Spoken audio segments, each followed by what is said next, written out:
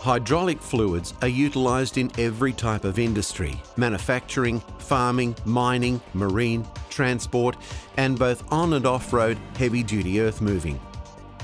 The term hydraulics is applied to describe the transmission and control of forces and movements by means of a functional fluid. This functional fluid is named hydraulic fluid. Force that is applied at one point is transmitted to another point using an incompressible fluid known as hydraulic fluid. It's this hydraulic fluid that transfers power through a system with as little energy wasted as possible. Resulting force is usually multiplied in the process. The main job of the hydraulic fluid is to transfer power through a system with as little energy wasted as possible. However, a hydraulic fluid is also expected to protect components from corrosion and wear, keep the system clean because it stops wear, keep the system cool, help seal the system and protect the various seal materials used, tolerate and minimize the effects of contamination, perform to at least the same service intervals as the machinery. Hydraulic systems consist of 4 components: a fluid and reservoir to hold the hydraulic fluid, a pump to produce power through the rotary motion of gears, vanes or pistons, fluid control valves and filters to control pressure and filter the fluid, an actuator, hydraulic ram, to convert fluid pressure into mechanical movement. One of the largest industries to use hydraulic fluids is on and off-road earth-moving equipment. This market sector utilises thousands of different items of equipment, including bulldozers, backhoe loaders, compactors, dump trucks, excavators, pipe layers, skid steer loaders, skidders, tool carriers, wheel tractors and dozers, forestry machines, traxcavators, multi-terrain loaders, graders, scrapers and bobcats. Each item of equipment, irrespective of size and with few exceptions, will be fitted with an hydraulic system. And this system will comprise the 4 components previously listed. That is, the system, including the tank filled with an hydraulic fluid, pump, valves and rams. The volumes of hydraulic oil used in earth-moving equipment vary enormously. As an example, from 26 litres in a small Bobcat 337D up to 6,000 litres in a large Liebherr R996 excavator. The quality of hydraulic oil used has a major influence on the performance and efficiency of an hydraulic system and the efficiency of the machine. Manufacturers specify various viscosities and characteristics for the hydraulic fluid to be used in their particular equipment. These include the oil's density at a certain nominated temperature, its viscosity also at certain nominated temperatures, its viscosity index, commonly known as VI, a very important measurement of performance, and various other performance levels for machinery and human protection.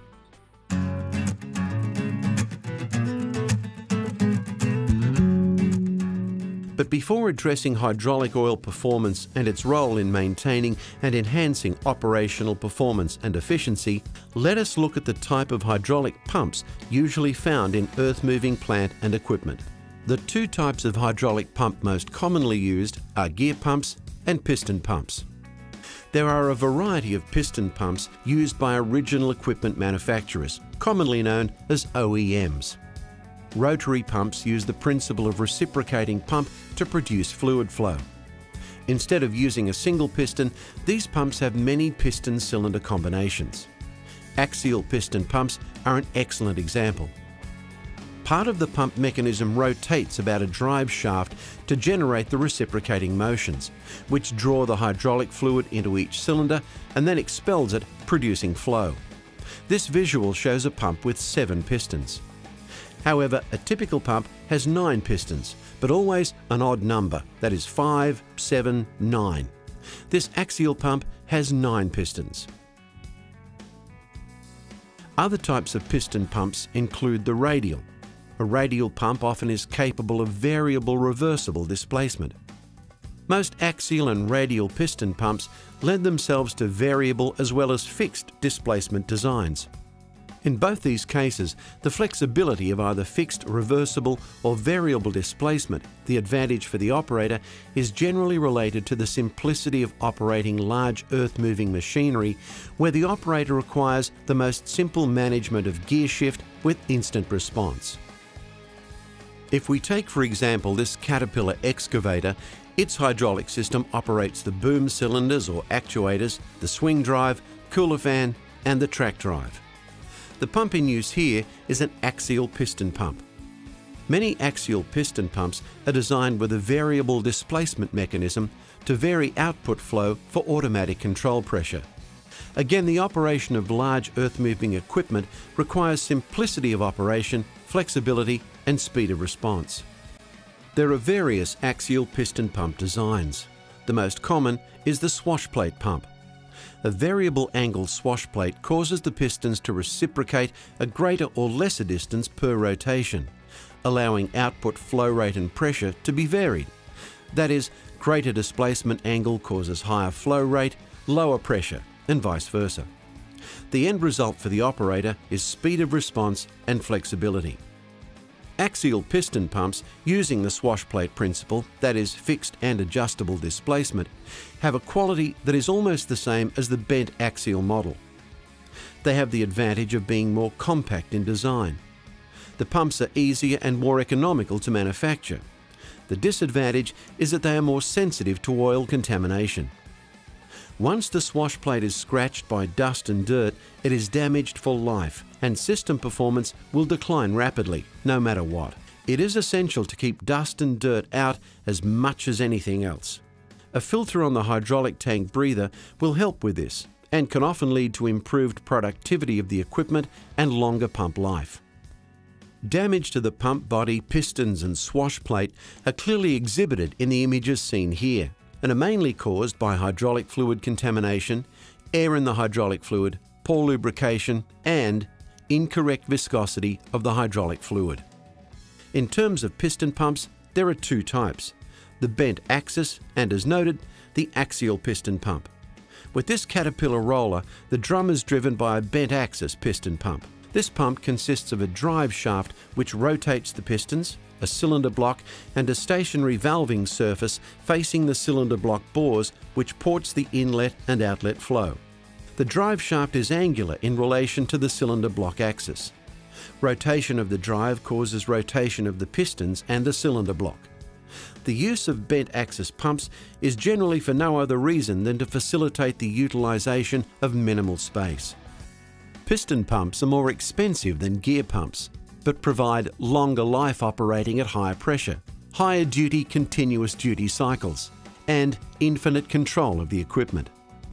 The images show a piston pump assembly with the body, pistons and swash plate. Gear pumps are also a common unit incorporated in the hydraulic systems of earth-moving equipment. The gear pump fitted to this Caterpillar 777 model dump truck drives all of the hydraulics, including wheel brakes. The gear pump is driven from the main engine, and the visual shows the oil pipes from the hydraulic oil tank. Gear pumps are available in two configurations: external gear and internal gear. External gear pumps are more commonly found in earth-moving plant, but the decision of which type is up to the OEM. There is little difference in maintenance of either unit. The main difference is in the operational noise level, where the external pump is noisier. External gear pumps work on the principle that the gears rotate in opposite directions and mesh at a point in the housing between the inlet and outlet ports. As the teeth of the two gears separate, fluid is drawn into the inlet chamber. The fluid is trapped between the gear teeth and housing and is carried through two separate paths around the outlet chamber. As the teeth mesh, fluid is forced through the outlet port. A close fit of the gear teeth within the housing is required to provide a seal between the inlet and outlet sides, thus minimizing internal leakage and also ensuring maintenance of operating design pressure. The fluid viscosity is critical in helping to maintain this seal and to maximize system efficiency. A fluid whose viscosity is lower than optimum will lead to internal leakage and reduced efficiency.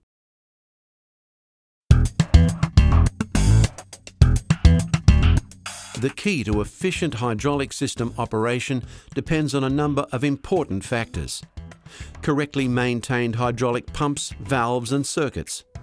Operating the hydraulic system to its OEM design standard. Using the correct hydraulic pump. Using the correct hydraulic fluid.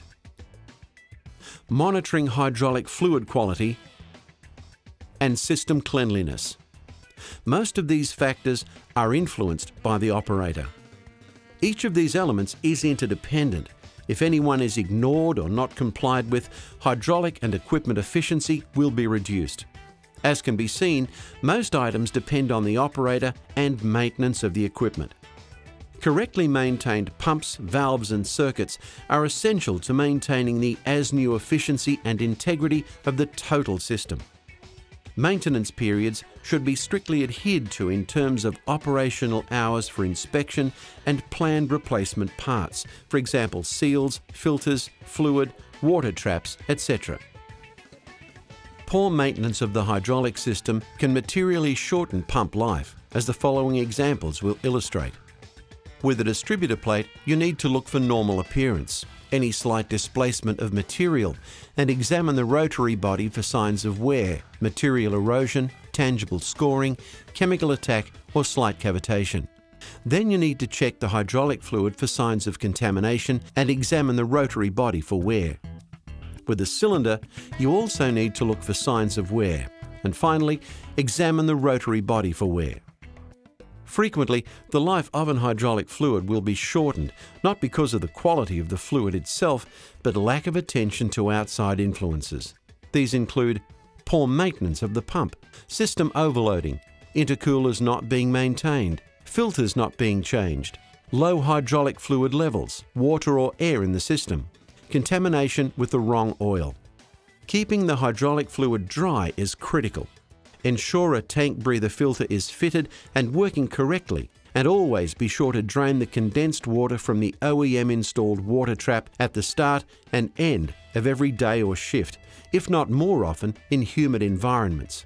Hydraulic system cleanliness is a major factor in maintaining efficiency and maximum productivity of the machine. Dirt, water, air are the arch enemies of any hydraulic system. They must be kept out of the fluid at all costs, which is not hard or expensive to do. High-quality hydraulic oils will directly influence the quicker release of air trapped in the system. Effective cleanliness management can materially offset reduced productivity or unnecessary repairs. The following slides are images of component parts illustrating what damage will occur in hydraulic systems through the effects of solids or water in the hydraulic fluid, large amounts of air in the hydraulic system, lack of lubrication, viscosity of the hydraulic oil is incorrect, severe cavitation, oil severely overheating, corrosive or contaminated fluid, break in the lubrication film or pump suction and/or pressure problems.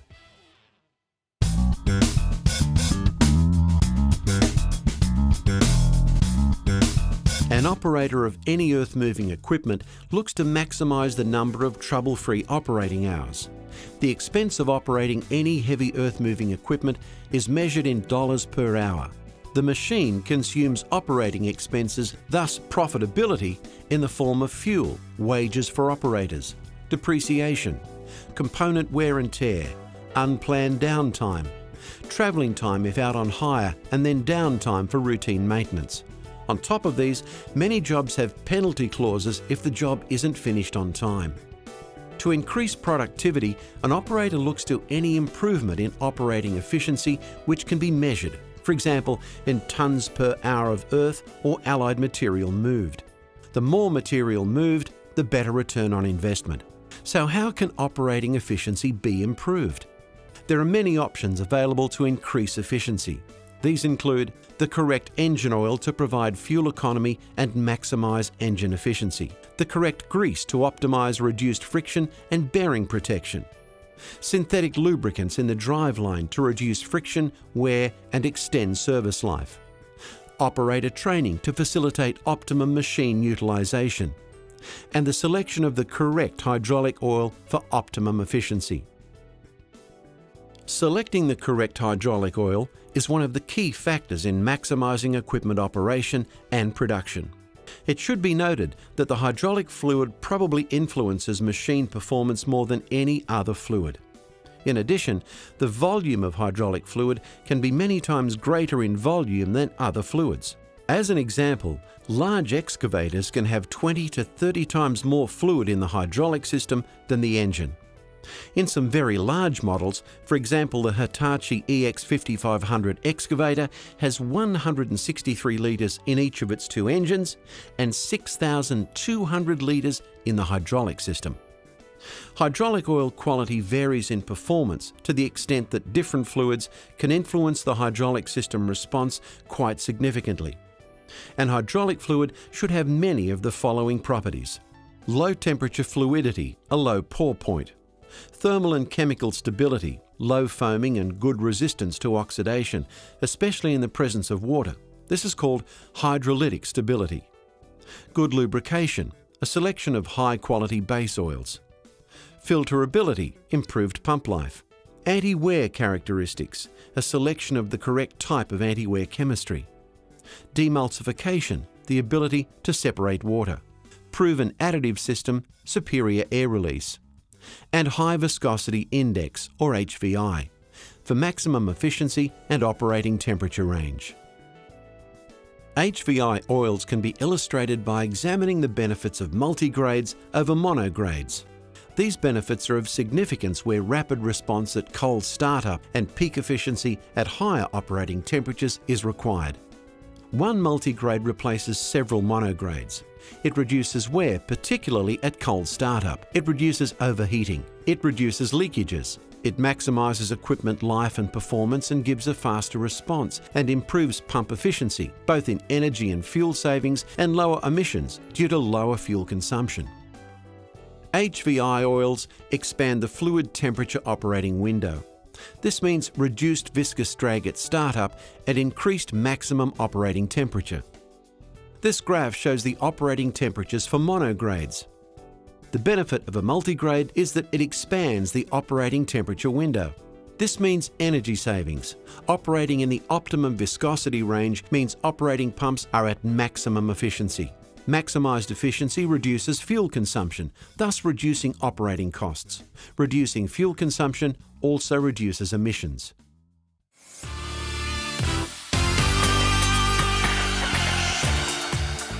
The operational cost of earth-moving machinery is expensive, as the following examples would indicate.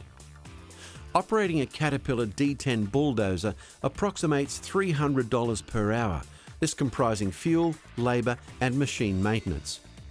A Volvo excavator, anything up to the same dollar value amount. A Komatsu excavator with a 6.8 cubic metre bucket can move anything from 360 to 450 cubic metres per hour depending on the type of material, for example sand, soil, rocks. The unit operational cost is $160 per hour for fuel, $60 per hour for maintenance and spares and $50 per hour for labour. Total cost $270 per hour. Depreciation and overheads are not included in the formula as they depend on the size of the organisation and their accounting methods, but they are a cost to be considered. In addition, lost time through transporting of the machine to various sites is an additional cost, plus of course insurances, etc. Pump manufacturers design their units to operate within certain parameters, that is revolutions, pressure, flow rate, temperature, and they specify the typical characteristics of the hydraulic oil to be used. Pumps that operate within these parameters are efficient, but operation outside them leads to inefficiency and possible damage. An operator is positioned to gain maximum benefit in hydraulic system operation by staying within design parameters. However, the hydraulic system operation can be further optimised by unswerving observation of the OEM's maintenance instructions regarding such things as filters, oil change intervals, temperature and pressure control, spare parts and scheduled downtime. The use of multigrade hydraulic oils, which offer the benefits of hydraulic oil product rationalisation. Reduced wear, particularly at cold startup. Reduced overheating. Reduced leaking. Maximising equipment life and performance, faster response, improved pump efficiency resulting in energy and fuel savings, lower emissions due to lower fuel consumption. All these lead to reduced cost, reduced maintenance, and increased productivity.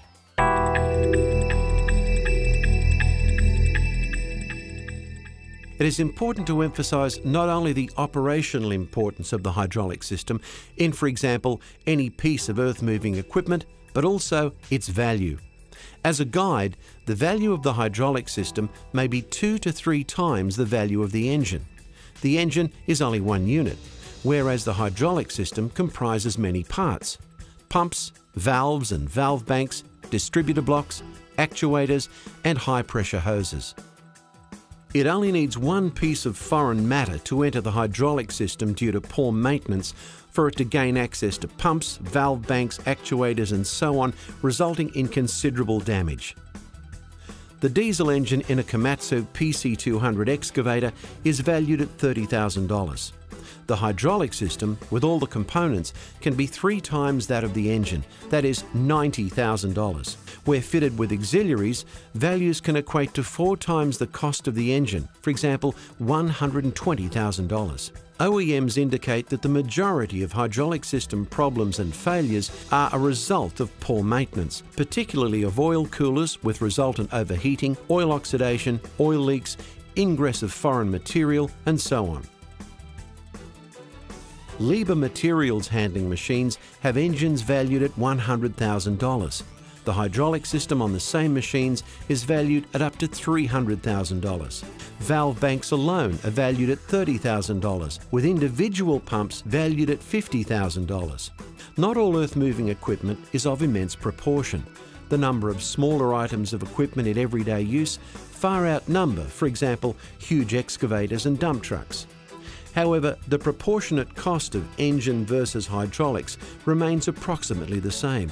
A Caterpillar 416D backhoe loader's engine is valued at $14,500, even though its oil capacity is only 7.6 litres. The hydraulic system capacity is 38 litres and is valued at approximately $45,000. A small Clark Bobcat trencher fitted with a 3023 Kubota engine, taking just 4 litres, is valued at over $7,500. The hydraulic system, taking just 34 litres, is valued at over $21,000. A Hyundai HL737 wheel loader fitted with a Cummins turbocharged engine, 11 litres, is valued at $18,000. The cost of the hydraulic system, 90 litres, is $54,000. OEMs advise that should, for example, the hydraulic pump blow up, then the entire hydraulic system has to be dismantled to ensure the removal or elimination of foreign material. This intensive labour cost is an addition to the replacement cost of parts and, of course, loss of production. The operator's responsibility is efficient management and control of maintenance procedures because, as a guide, the replacement of the hydraulic system approximates 3 times that of the engine. In summary, the information in this presentation clearly shows that whilst maintenance and care of engines, and for that matter transmissions and final drives, are the focus of sometimes strict maintenance protocols by OEMs and business management, in actual fact it is the care and maintenance of hydraulic systems that really need as much, indeed even more attention. Why? That is where the real cost of equipment lies. Failure of a hydraulic system can, as mentioned, not only cost 3, 4 or even 5 times the cost of an engine, the actual time to repair and or replace hydraulic components can multiply infinitely, particularly if the whole system needs dismantling. This in addition to lost production, labour costs and a major impact on profit. The message to be learned is, care for that which really counts.